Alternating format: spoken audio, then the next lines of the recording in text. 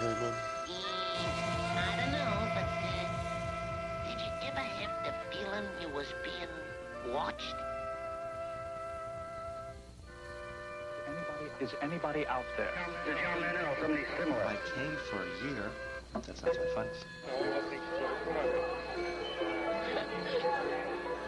Bullshit. Excuse me. It's time for your shot, sir. The leprechaun entered that door. The leprechaun entered that door, I would be even happier with this place. You're on the air. Acting doesn't count. Even singing is better than doing nothing. Number 69. You are by Johnny's days.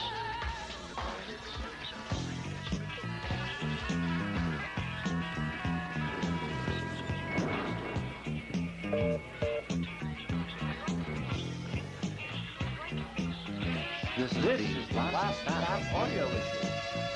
That sounds funny as hell. It gets a little complicated. Comedy, music, guest appearances, cheap shots, and random crap of all kinds.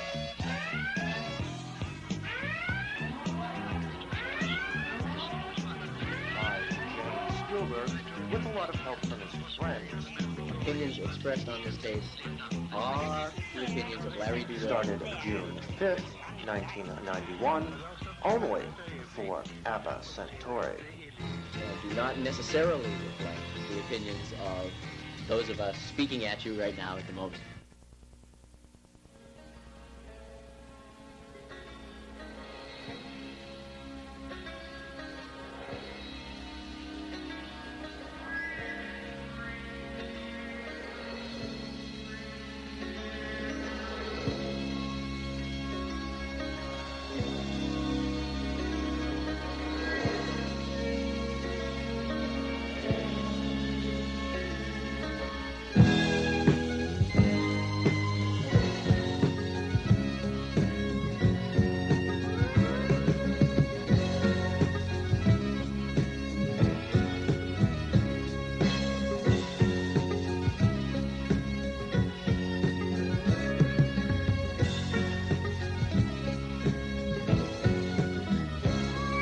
This is the story of the ABBA Centauri Guide to the Galaxy, perhaps the most remarkable, certainly the most successful ABBA to come out of the great publishing houses of Asshole Major. More popular than Kappa Alpha, more sexually oriented than ABBA 69, and easier to get laid in than Attitude and Sin. And in many of the more diluted arms of the AC Galaxy, it has already supplanted masturbation as a pastime, because although it has many omissions, is almost completely apocryphal, or at least wildly self-indulgent, it scores over the older, more pedestrian work in two important ways. First, the sex is slightly cheaper, and second, it has the words ABBA Centauri inscribed in large, friendly letters on the cover. To tell the story of the ABBA, it is best to tell the story of some of the minds behind it. A human from the planet Earth was one of them, though, as our story opens, he no more knows his history than James Spielberg knows where to get his next joke. His name is Jason Bent. He is a 6-foot-tall ape descendant, and someone is trying to turn his home into a health spa for yuppies. Come on, Mr. Bent. You can't lie in front of the bulldozers indefinitely. I don't see why not. The check is in the mail, Dan Quayle is intelligent, New York City is the capital of Assyria, and James Spielberg is a nice guy. See, I can lie all I want. But Mr. Bent... I even like Chris Corsi. I'm afraid that you're going to have to accept it. This health spa has got to be built. Why's it got to be built? What do you mean, why's it got to be built? It's a health spa. You've got to build health spas. Yes, but why? So we can make obscene amounts of money while providing the meanest, most unfriendly service in the county, of course. Typical. One more reason why life in this society sucks. Mr. Bent, do you know how much heartache I'd feel if I let that bulldozer crush you to a pulp? No, how much? None at all. By a strange coincidence, none at all is exactly how much suspicion the reasonably sane Jason Bent has that one of his closest friends was not reasonably sane. but was in fact so totally mad that he could control time and space, at least in this techno project. Jason Bent's failure to suspect this reflects the care with which his friend blended himself into normal society after a fairly shaky start. When he first arrived 10 years ago, the minimal research he'd done suggested to him that the name Board Defect would be nicely inconspicuous and get him a lot of girls. He will enter our story in 18.2 seconds and say, "Hello, Jason." The ape descendant will greet him in return, but in deference to 10 years membership in AC, he will not attempt to write him a mailing comment. ACers are not proud of their mailing comments and never invite them round to dinner. Hello, Jason. Oh boy, hi, how are you? Fine. Look, are you busy? No, I just got to lie in front of this bulldozer. I love Dudok's reprints, but aside from that, not especially. Look, there's a pub down the road. Let's go and have a pint. But Board, there's a man over there who wants to turn my house into a health spa. Jason, just listen to me. I've got to tell you the most important thing you've ever heard. I've got to tell you now. And I've got to tell you in that pub over there. But why? Because you're going to need a very stiff drink. Besides, this is all just a silly sketch on a tape, and if you don't get a move on, I'll never be able to segue into the next scene. Now come on, I want a drink.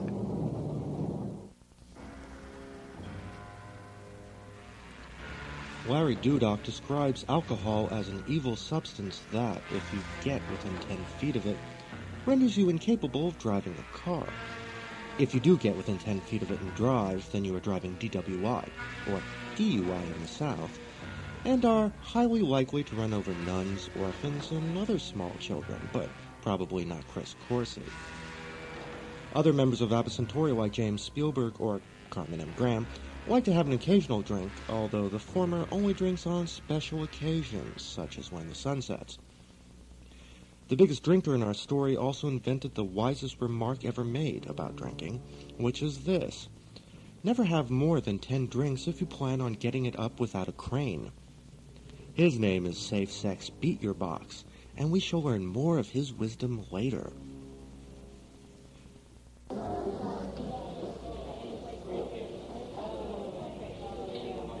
Six pints of cider, please, and a packet of Lay's sour cream and onion crisps.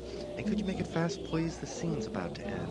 Oh, yes, sir. Nice weather for it. Are you looking forward to the next AC mailing? No, not really. Foregone conclusion, you reckon then it'll be the same bunch of the usual material? Reprints? No, the scene is about to end, and I won't be around to see it. Oh, well, fuck you too. Thanks. Here, Jason, you've got these 3 pints of cider to get through. What? In the middle of a sketch? Is this to prepare me to beam aboard the alien spaceship in the next scene? No, it's so you won't notice how incredibly lame some of these jokes are. Now, drink up. The plot of this whole thing doesn't make any sense either. I'll try and explain. Now, how long have we known each other?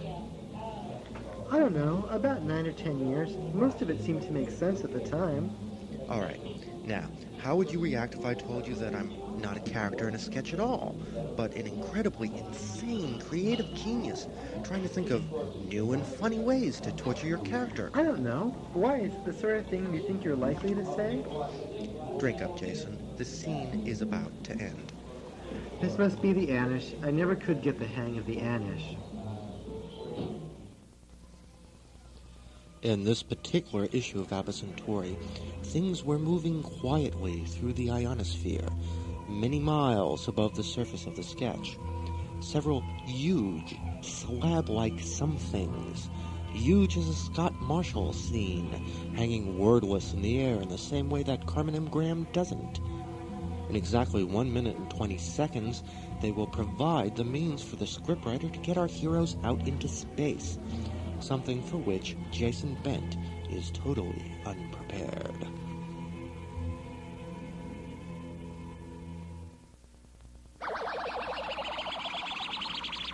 Oh my god, what's that? It's the Vote on Destructo feat. They're here to stamp out mankind. What for? They're building a cosmic health spa for alien yuppies. Why, those seals? Yes, it's totally awful. Come on, we have to get out of here. What are we going to do with that? We're going to beam out with this submoron signaling device. This what? This submoron... Oh, never mind. Just hold on.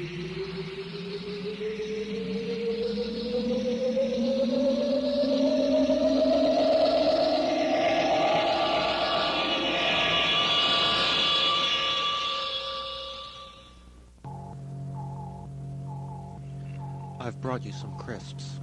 What? They're to cheer you up. I need cheering up.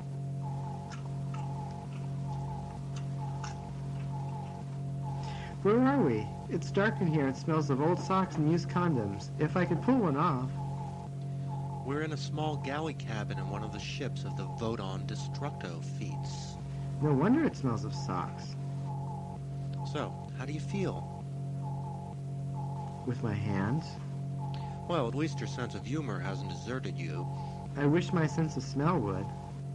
I'll have a look around for the light.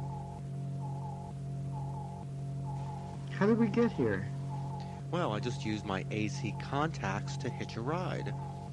Excuse me, we just stuck out our tongue and Larry Dudok peered out of his spaceship and said, "Hop aboard, fellows, I'll give you a ride to Boston." Well, the thumb's a submoron signaling device. Boston is a part of the sketch 6 light years and 3 plot contrivances away, but otherwise that's just about right. And Larry Dudok? Larry Dudok is coming up later on the tape, yes. Fine, when can I go home? You can't.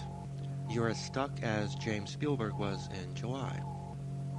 Ah, found the light. Good grief, is this really the inside of a flying saucer? It certainly is. What do you think? Yeah, it's so squalid. Just like I imagined James Spielberg's bedroom after a particularly happy weekend. Well, what did you expect? Something out of Doctor Who? Here, have a look at this. What is it? It's the Centauri Guide to the Galaxy, sort of an electronic book. It'll tell you everything you want to know, almost. Here, press this button, and the screen will give you an index. Now, fast wind through to V. There you are. Vodon Destructo feats. Now enter that code on the tabulator and read what it says.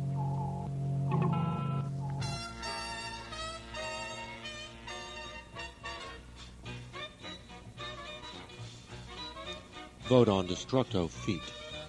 Huge, slab-like spaceships shaped like feet, which hang silent in the air in the same way that Carmen Engram doesn't, and which act as plot devices in naff sketches written by James Spielberg.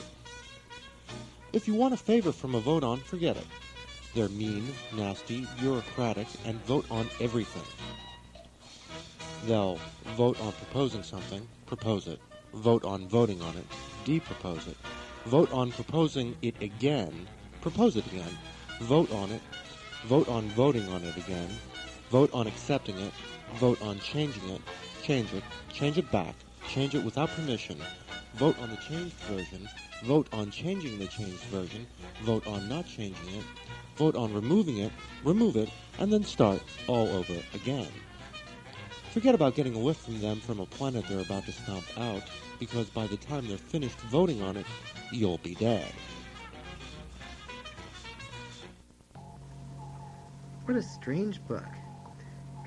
How did we get a lift then? The Demi-Tassi let us on board. I thought you said they were called Votons. No. The Demi-Tassi are the in-flight bartenders. They're shaped like little cups of coffee. But the book doesn't even mention them. It's not very accurate. So, I'm researching the new edition. See, I got stuck in Centauri longer than I expected. I came for a year, and got stuck for 10. Well, 9 with a year off. What the devil is that? That's the Vodon captain making an announcement. But I don't speak Voton. You don't have to. Put this translator fish up your rear. I will not. Oh, go on. It's only a little one. You! Oh, God, now I have a headache. Message repeats. Now stop counting the ballots and pay attention. Apparently we have 2 hitchhikers aboard, but we won't be sure until all the votes are in. Hello there. You are not at all welcome.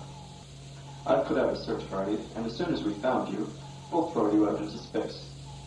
If you're very lucky, I may read you some New Mutant fiction first. Message ends. Charming, these Votons. Say, does this have an entry for APA Centauri? An old one, yes. I've just updated it. Well, let's see. APA Centauri, argumentative. Argumentative? Is that all it's got to say? Argumentative? Yes, but I've just transmitted a new entry to the editor. And what does that say? Mostly argumentative. Mostly argumentative? But that's... Hear that noise? What is it? If we're lucky, it's just the Votons coming to throw us off the ship. And if we're unlucky? They'll read us some New Mutant fiction first.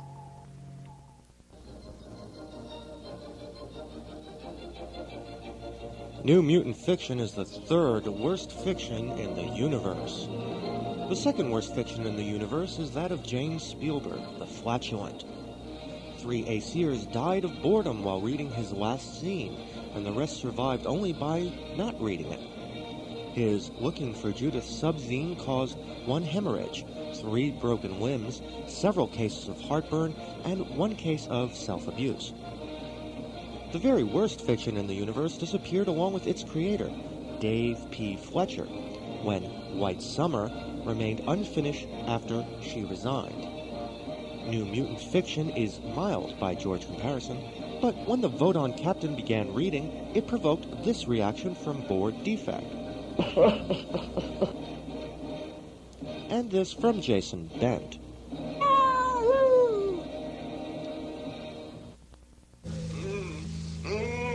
The sun rose over Xavier's School for Gifted Youngsters, as it tended to do once a day. It was taking its sweet time, climbing its stairway to the heavens. John Clermont, who wasn't supposed to be in these stories anymore, watched the solar progress and sighed. Her teammates suddenly appeared at her side. What's the matter, friend child? Warlock implored. I don't know. John shrugged. Did you ever feel as though you were just a token character, like you don't serve any constructive narrative purpose? You betcha, nodded Danny. Ethan Yelly. Nodded Bobby. Yep. Nodded Sam. Oh, yes. Nodded Rainey. Will you stop yawning? Thanks a lot, guys. I feel so much better. No problem, John. The end. So, ACers, I'll persuade you with a simple choice. I was going to vote on throwing you into space, but you have 1 chance to save your miserable lives.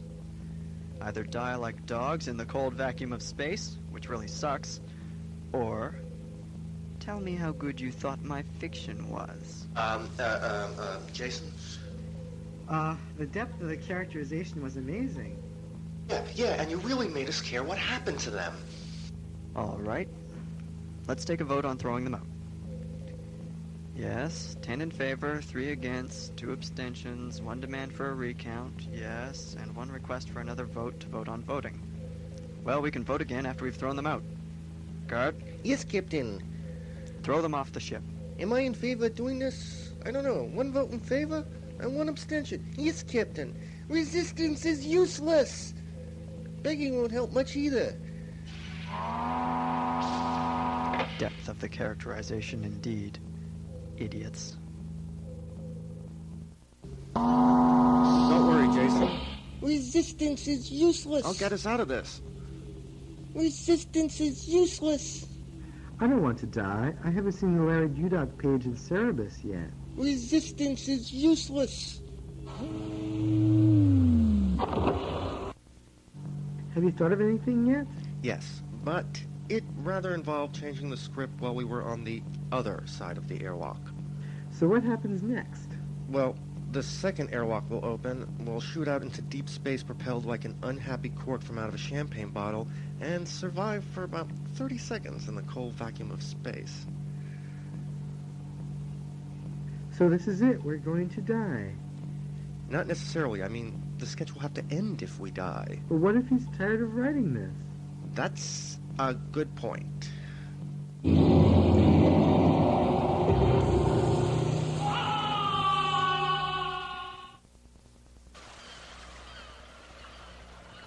The APA Centauri Guide to the Galaxy has this to say about surviving in the cold vacuum of deep space. You won't. Have a pleasant trip.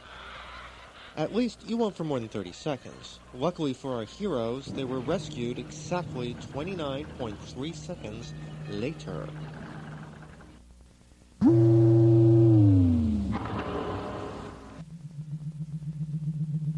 Boyd, this is fantastic. We're still alive. I told you I'd get us out of that. Did you? No, not really. Looks like we were picked up by a spaceship using the new utterly imbecilic plot drive. I didn't believe you before, but I do now. What's that? I'm now firmly convinced we're in a James Spielberg techno project. I told you. The utterly imbecilic plot drive was first used in APA Centauri during the writing of the Standard by 6 audio issue. Here's how it works. You take an idea as worn out as a deceased equine. You beat it about the head and shoulders with a baseball bat. You con some of your friends into helping you with it, and with fatuous ease, use otherwise totally useless asshole technology to clumsily assemble it into a project. In the meantime, the persons in control of the spaceship, the fart-so-bold, have noticed this thrilling new plot twist. Who are they? Fill me in. Just some ACers we picked up in space. Oh God, I hope it isn't Scott Whistling and James Sank. Oh, don't worry about them. I'm sure they're harmless. But hey, they belong to APA Centauri. It won't be so bad. I'll send the depressed robot down to check. I think you ought to know I'm feeling very depressed. Oh God. Well, Norman, here's something to keep your mind occupied. It won't work. I have an exceptionally large mind. Norman. All right. What do you want me to do? Go down to number 2 entry bay and bring the 2 ACers up here under surveillance. Is that all? Yes. I won't like it. I don't like anything. He's not asking you to like it. Just do it, will ya? All right. I'll do it. Fine. Great. Thank you. I'm not getting you down at all, am I? No, Norman. That's just fine, really. I wouldn't like to think that I was getting you down. No, don't you worry about that. Just act as normal, and everything will be fine. You sure you don't mind? No. It's all just part of life. Life? Don't talk to me about life.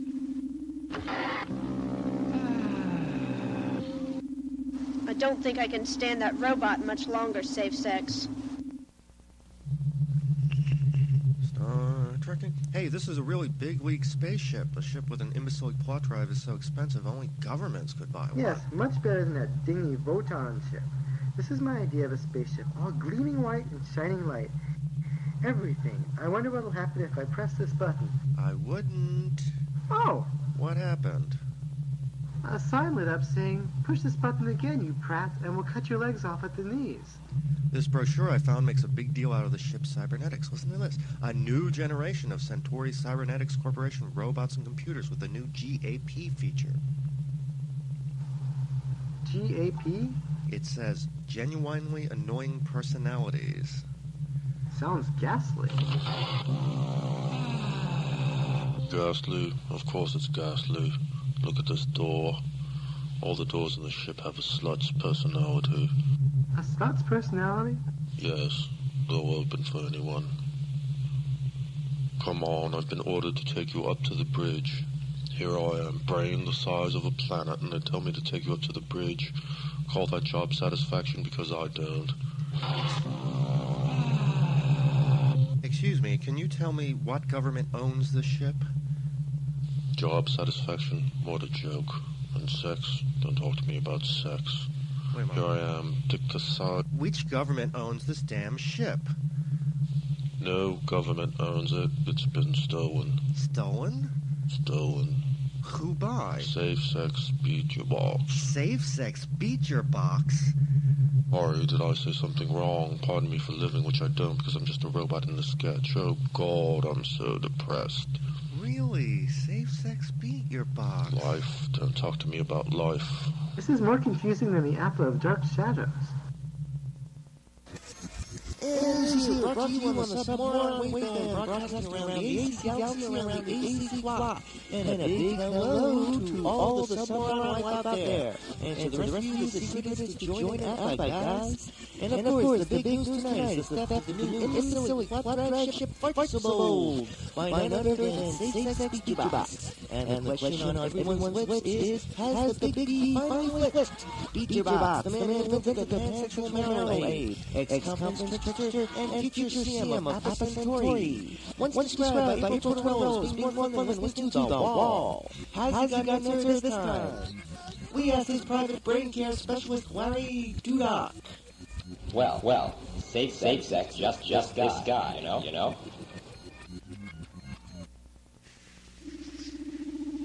Why'd you turn it off? Well, look at the monitor. Good God, it's my cousin, board defect. Oh, don't you recognize the other one? No, should I? Oh God, I'm going to be so incredibly cool, you won't believe it. Here they are, just like you asked me. Are there any more totally useless and meaningless tasks you want me to do? No, that's just fine, Norman. No, I'll just stand here like a great big paperweight then. God, I'm so depressed. Lord, hi. How are you? Glad you could drop in? Safe sex. Great to see you. You're looking well. The extra 3 penises suit you. Nice ship you've stolen. You mean you know this guy? Know him? He's my cousin. Oh, Safe Sex, this is Jason Bent. I saved him when his planet blew up. Oh, sure. Hi, Jason. Glad you could make it. Thank you, Safe Sex. Oh, God. What? You mean you know him too? Yes, we went to high school together, or rather he went, and I lived in perpetual fear. Hello, Jason. Oh, God. Phyllis McMillian? What are you doing here? I haven't seen you since high school. It's fill me in now, Jason. It was fill you in back then, too.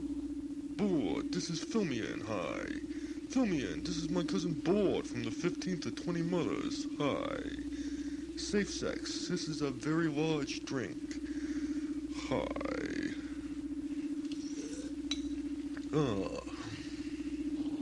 Hi there. This is Larry, your happy shipboard computer. Oh, God. I thought you should know that we're approaching the legendary planet of Urethra. Yes. Thank you. You can't mean it really exists. And if there's any other processing I can do for you, or any other information you need, why, it will be my utmost pleasure to provide it for you. Just shut up, will you? Okay. Of course it exists. We're approaching it, aren't we? We're certainly approaching something. Say, is this the bit where we meet Buddy Fartfast? Yeah. And it turns out he wrote the first AC Constitution? Yeah. Yes, horrible, isn't it? Life. And Deep Throat is played by Michael Rodden? Yeah. Do we really have to? Nah. The ABBA Centauri Guide to the Galaxy was written by James Spielberg and Douglas Adams. Additional material by Scott Marshall, based on the BBC radio production, the book of which is available in libraries and bookstores across the continent. With apologies to Douglas Adams. Please don't sue me. Thanks, Scott, for being a good sport.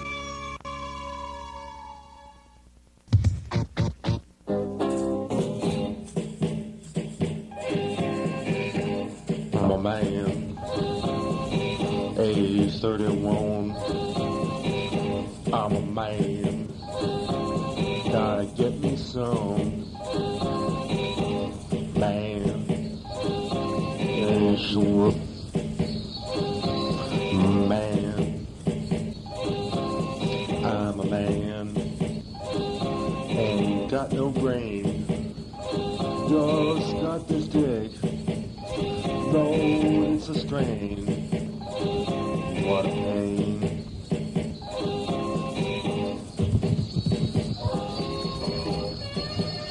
Yes, I'm a man. True and true, I am that man. Yes, not a woman, but a man. Man, spelled M-E-S,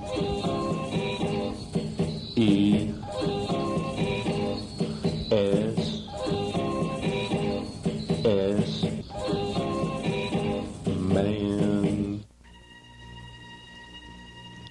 These are the voyages of the Starship Intercourse. Its continuing mission to seek out new life in the same old plots. To sell tons of cheap merchandise to friends who have still too much money. To boldly go where no one, not even me, has gone before. This section of the audio has been edited to comply with YouTube copyright restrictions, which prohibited the use of the original theme music of the thing I'm making fun of. You know, ugh.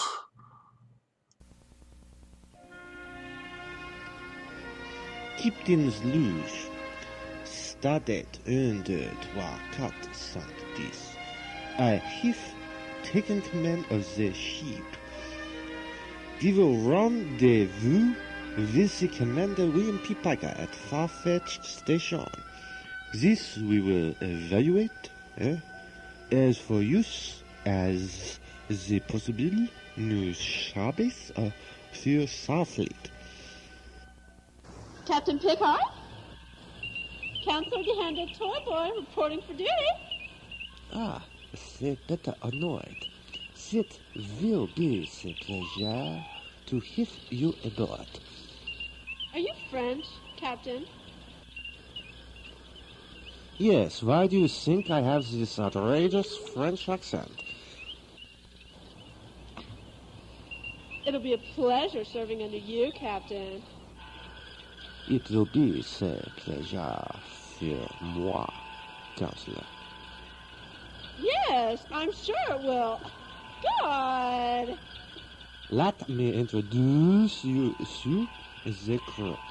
This is the Commander Dudak, an android.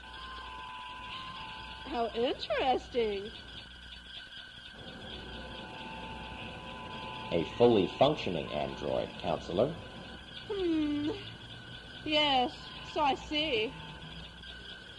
Commander Dudak is the second officer as well as the science officer. Did I mention that I'm fully functional? Yes. Now, Counselor, this is Lieutenant Commander Bath. He is from the, Hadon Empire. So he should be fully functional as well. Shut up, Dudak. God. Okay. Jeez. Counselor, permit me to greet you in Hardonese. Joe Tweet, Shoni Chu, Chung King. Mr. Barf, are you a warrior? No, I am a warrior from the Hardon Empire. There is a difference. Really? Well, nice to meet you, Mr. Barf. You as well. And, Counselor. Yes? Nice boobs. Thank you. for a human.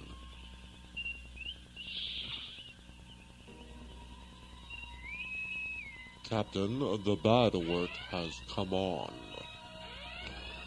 Ned, what is it now? Raise the panty shields. Panty shields raised, Captain. Captain, there is something directly in our path. On the main screen, Mr. Dudok. On the main screen. Now what the fuck is that?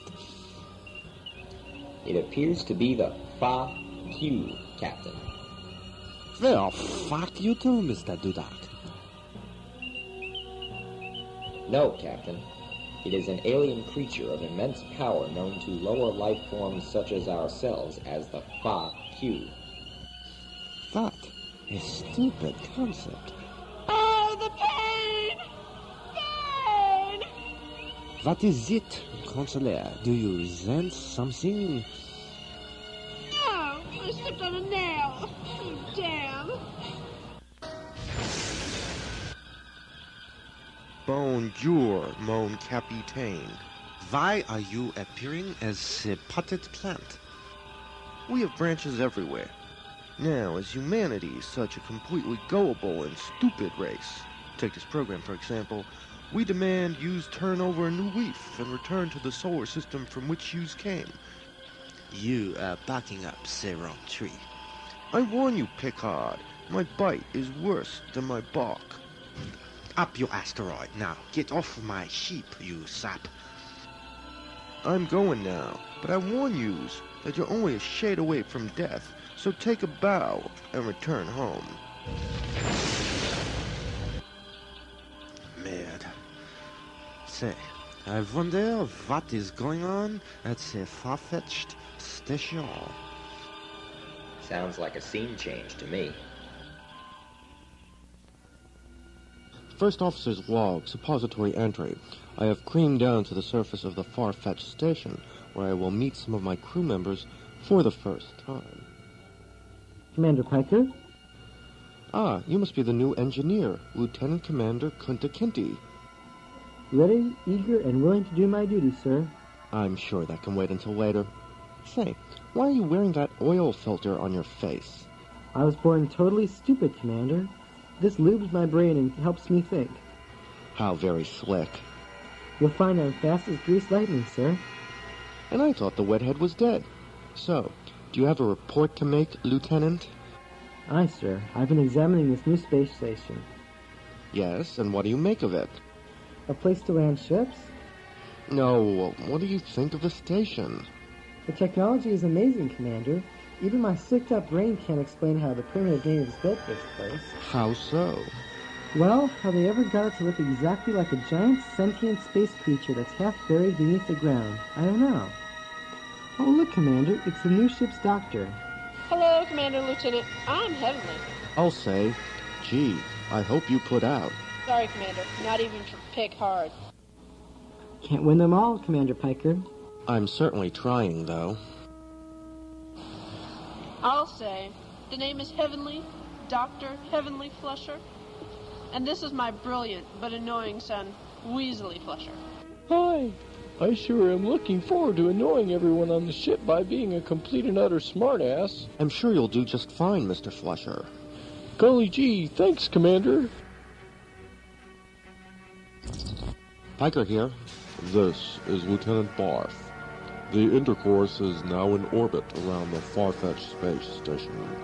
The captain would like you all to cream aboard. Very good, Mr. Barth. For to cream up. Orgasmatize.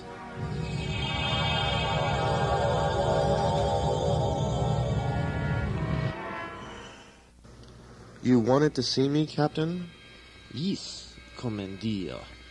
I wanted to have a private chat with you. Anything I can do, Captain. Is my first officer. I want you to make me look good. How do you mean, sir? I have this terrible problem. Yes? I cannot deck my way out of the paper sacks. Yes, I can see that.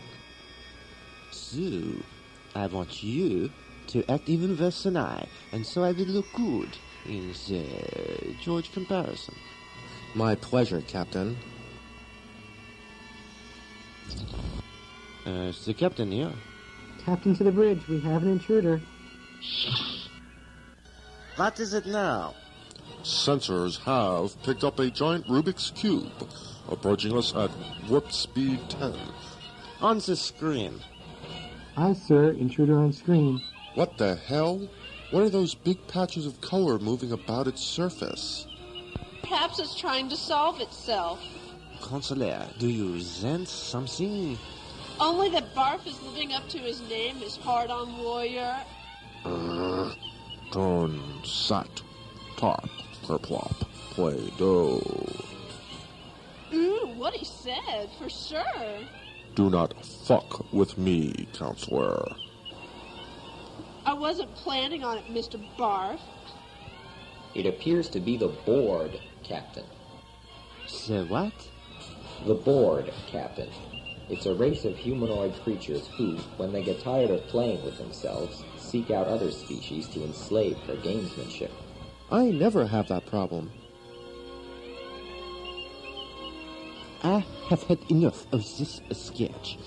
Mr. Kinty, fire the Motown torpedoes.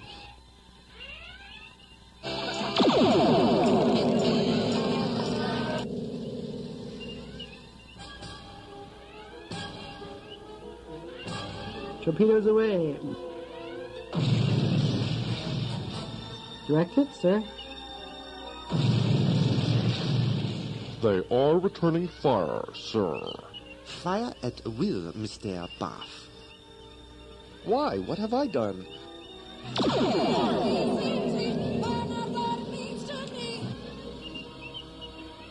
Another direct hit, sir.